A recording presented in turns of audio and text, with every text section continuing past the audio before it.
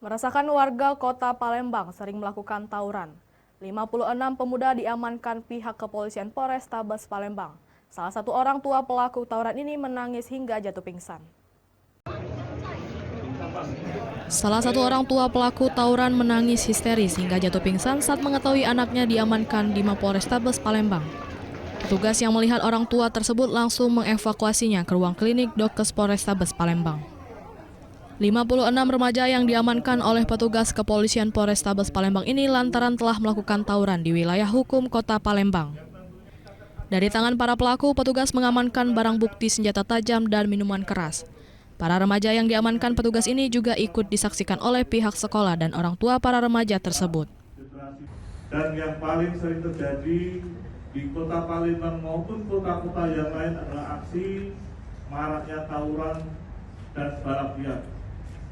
Namun demikian juga terjadi permasalahan yang lain yang tentunya tidak ketinggalan kita sikapi.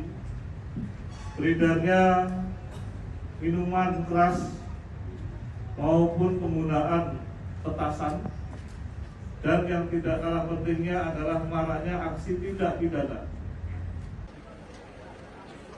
Para pelaku tawuran ini sendiri akan dibawa ke lembaga panti asuhan rehab yang berada di daerah Kabupaten Ogan Ilir, Sumatera Selatan. Dari Palembang, Muhammad David, iNews melaporkan.